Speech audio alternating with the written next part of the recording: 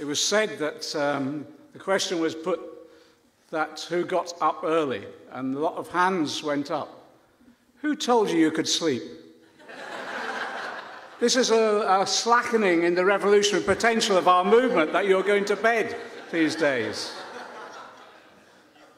A couple of years ago, when the World Transformed took off in terms of the leadership elections, I thought it was genuinely transformative in the way we had a discussion and debate about the politics running alongside the Labour Party conference. And for years, you know what well, some of you will know what it was like. There was a dead, stultifying hand on Labour Party conference where we were not allowed at any time to frighteningly to talk about politics, and certainly individual delegates from constituencies getting to the rostrum was like trench warfare to fight their way onto the platform itself. When Jeremy got elected, it started the debate off, and we toured around the world. Jeremy toured, you know the joke. Jeremy said, come on, and the leadership election, let's go around the country together. And I said, no, it will look like last of summer wine going on tour at stages. And he went round the country, and what was amazing, I did that traditional thing about, book small halls, 50 chairs, and if no one turns up, take a few away, that sort of stuff. And as soon as he started touring round, we booked the first hall for 100 people, 500 turned up, the next for 500, 1,000 turned up. And it just demonstrated at that point in time when everyone thought that no one was interested in talking about politics and our politics and socialism and transformative change, there was a hunger for that debate. There was an absolute hunger. But structurally within the Labour Party, for literally maybe 2 decades, there had been no opportunity or no encouragement to that to happen, and certainly the structures were not there, either to develop the debate, and certainly political education had died overall. And we took from that the need for some form of which we could bring people together, but not in that old traditional stultifying way. Look, I've been in most left organisations throughout my life. There aren't many that I haven't been expelled from. In the old days, we'd come together, meet, set up the committee, expel the first person, then have the traditional split, and it would go all in that tradition. And we thought we just can't go through that same old cycle again. And then a large number of particularly young people turned up and said, look, we're going to do this World Transform. And it was just unbelievable. And the first one was it was just so exciting. It was, for the first time, people could get up on a platform and express their views in a way where it didn't matter whether it was wrong or right, or whether you agreed or disagreed. You had the opportunity to express your views. And of course I did, and that got me on front page of the Daily Mail, the Sun, the Telegraph, the Times, and all the rest of it. It didn't matter. It didn't matter because we'd cut through all that crap. We started talking to each other. The media weren't going to set our agenda anymore. We were going to set it ourselves. And that's what World Transform did in that first debate and discussion. Each year now, it's got bigger and better and more creative, and extremely more creative. I'm glad it's not a perennial now that we have a leadership election. Maybe let's not have one for maybe 2 decades and leave Jeremy there for a bit. But the issue now is how do we consolidate that enthusiasm and that inspirational way in which we approach the political debate through the World Transformed in the sessions that we've now had associated with the Labour Party conference. Because it's great that people are coming to meetings now around the country, and it's great that the World Transformed takes place at each Labour Party conference. But in the discussions that we've had over the last few months, what we want to do is make that permanent now.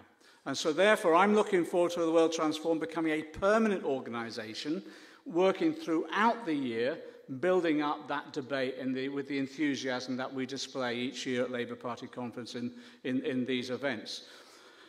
And it's desperately needed. If you look at when the Labour Party was first founded, when it was first came together, there were a whole range of institutional structures to encourage political debate and to encourage political education. And they worked. They worked. They worked in terms of the Labour Party and a whole range of other organisations. When I was a kid, I was appointed as a research officer at the National Union of Mine Workers, and I was appointed by a guy called Lawrence Daly, a Scottish miner, and Mick Mackay. Now, they were possibly the most well-read people I'd ever met in my life. Lawrence Daly would be able to quote D.H. Lawrence, Burns, Shakespeare at the drop of a hat, and also would have a clear analytical view about the role of capitalism and would be able to quote a whole range of socialists. Same with Mick McGahey. They were autodidacts, but they were autodidacts using the institutions of the labour movement, either their trade union, the Workers' Education Association, the various think tanks that then existed as well. A lot of that was wiped out in the from the 90s onwards, really. Those structures almost wiped out completely. And that's why there's a vacuum in terms of political education now. Yes, we've got in specialist areas like Socialist Health Association, Socialist Education Association, etc. But even they have struggled in terms of membership and support and need reviving now. So what I think the role of the World Transformed now is to fill that vacuum of the institutional structure where people can relate to an organisation that will provide them with the facility, first of all, to meet others, second, to learn more, and a lot of that is about learning our history and about our ideology and the ideas that have been developed overall, but then also to debate more and develop those ideas on. And why is that critical?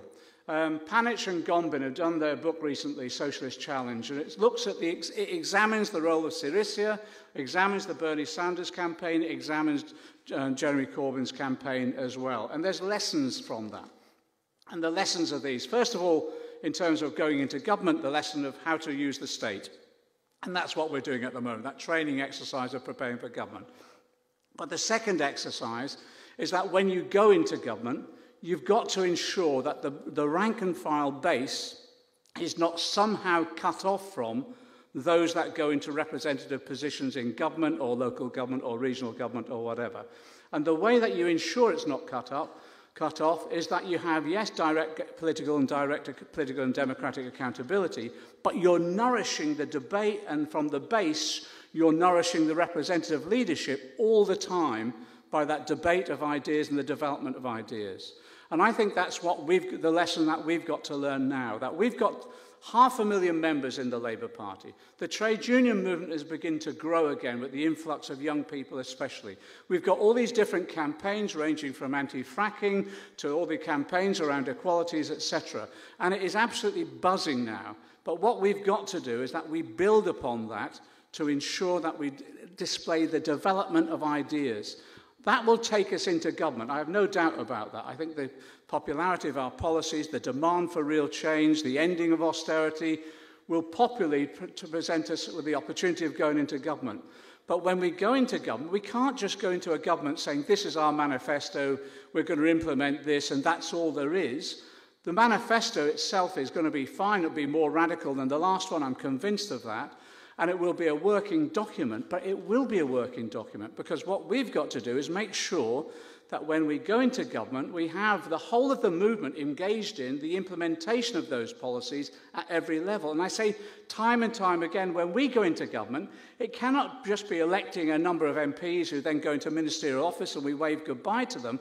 When we go into government next time around, we've all got to go into government. We've all got to be involved in the development and implementation of those policies and, yes, radicalise them whilst we're in government. And at the same time, yes, it is about hegemonising the debate. I always quote Gramsci, and just to encourage the Daily Mail in their reportage. But the whole concept of hegemonising debate is that we make all our policies as they are, understandable in common sense terms. People realise they're pragmatic and they're a pragmatic form of common sense socialism. And we do it in such a way it encourages even more support for those policies. And it will then not just get us elected, but will sustain us in government. Because when we go into government, there will be challenges. The establishment aren't going to roll over and just let a Labour government do everything it wants. There'll be opposition. So what we've got to do is mobilise people to make sure that opposition is overcome and make sure that we continue in that popular dialogue to maintain, pardon the expression, the momentum of the work that we're doing. I think that's why the World Transformed can play such a critical role. It is about bringing people together. It's about making sure that we have the facilities to understand the issues that we're confronting, that we learn from history, and that we use it as an exercise to train us in genuine transformers of the world. And if we can start that off over this coming few days in terms of the debate, and you'll all have your creative ideas about how we do that.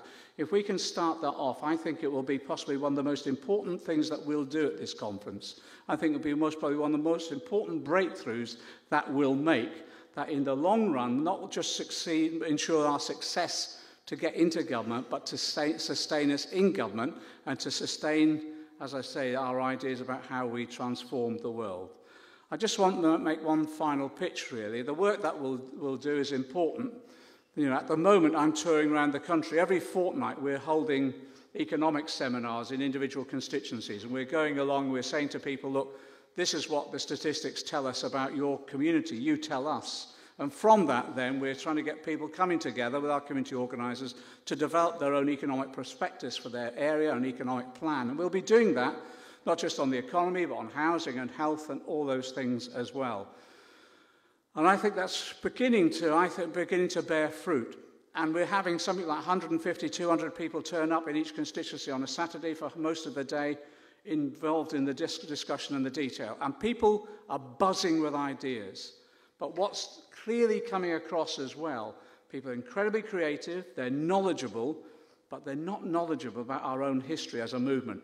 And it's quite remarkable, as a result of the dearth of political education from the party, in particular over recent years, just how far back we've gone is just a basic understanding of the struggles that we've had in recent periods. I went to the Plaza last night, and Phil Maxwell and Hushan launched their new film, and it was about the Merseyside Pensioners Association. Again, if you haven't heard of them, watch the film, because it is absolutely inspirational. In fact, I said to them last night, you must have been behind the storming of the Winter Palace, because you were everywhere. And if you look at all the different struggles that have gone on in recent years, here's a group of people who over the years have engaged themselves in all of those struggles. But I listened to them. I listened to what they were saying. I thought, my God, the understanding and analysis that they had, the language that they were using, was like stepping back 20 or 30 years. And it is because there's been that break and gap in the political education movement that we've had in recent years. And it's now this new generation that's coming forward to recreate the institutions and the dynamism of political education that we now need. And I think, my God, if we could just have the motivation, the understanding of the world that the Merseyside Pensioners Association, we most probably would be in a revolutionary moment. It was remarkable. And what came out of it is that traditional thing, really, and someone said it in the discussion afterwards. It was praxis, theory and practice put together to transform the world. And I think that's what will come out of the debate and the discussions we'll have the next couple of days. Don't underestimate how important this is. We could be making a breakthrough over the next couple of days that could transform our movement for the next decade and the next generation. Solidarity.